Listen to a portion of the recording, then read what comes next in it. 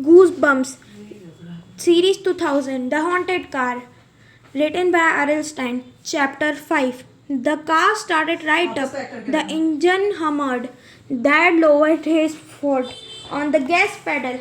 Hum became a sturdy roar. Sounds good, Dad said, very clean. He grabbed the gear shift in the right hand and eased into the reverse. The car rolled out of the garage and down the gravel driveway. I could see the Mr. Douglas watching us from his front window. He gazed out at with us with his hands in his pocket, standing still as a statue. Dad shifted into drive, and then we drove off. He turned at the corner, sped up, slowed down again, testing the brakes. Then made a sharp right turn. It handles wonderfully, he commented. This car practically drives itself. Let's buy it, I cried. Van, slow down. Dad laughed. A car is a very important purchase, Mitchell. He scolded. You just buy the car, the first car you look at. Besides, I'm sure we cannot afford this car. Mr. Douglas probably want the $20,000 or $30,000 for it. But the ad in the newspaper said I started. It doesn't mean anything. The dad replied.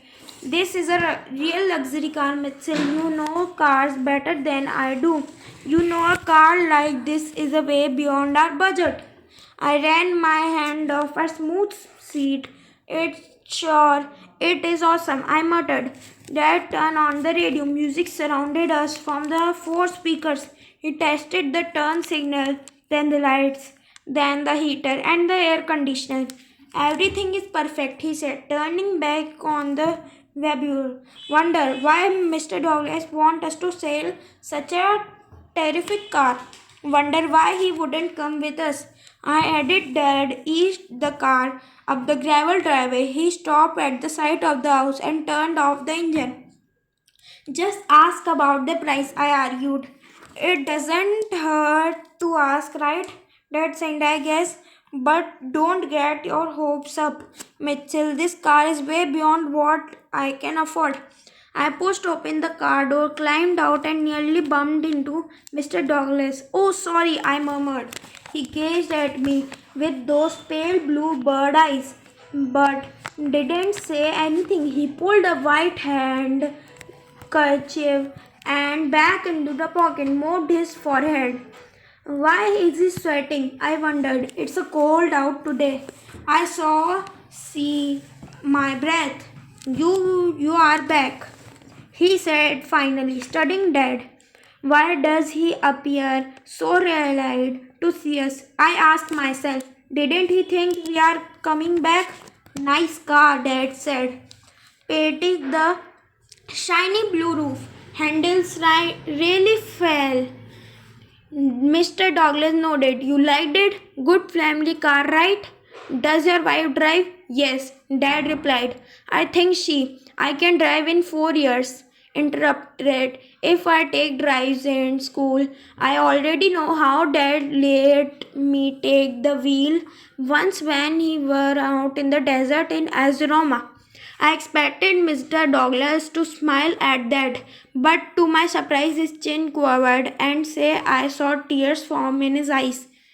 He turned away and blew his nose into the handkerchief.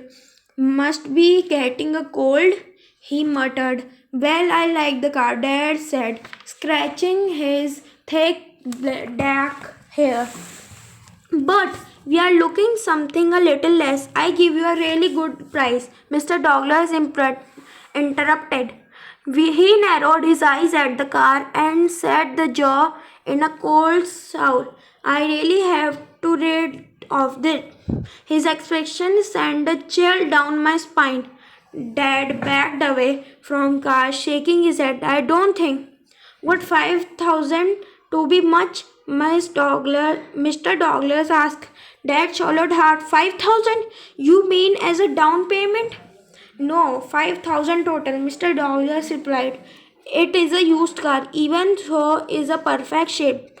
I know I can get full price for it. I will I will sell it to you for 5,000. Dad whispered, tugging his sleeve. Do it. I wanted to cheer at the top of my lungs, pump my fist over my head, leap into the air. Somehow, I managed to stay on the ground. Well, Dad rubbed his chin as he was thinking it over, but I could see his eyes flashing excitedly.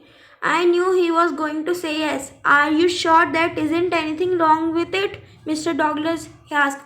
Wrong with it, Mr. R. Douglas tilted his head thoughtfully. No, nothing wrong with it. Nothing wrong with it at all.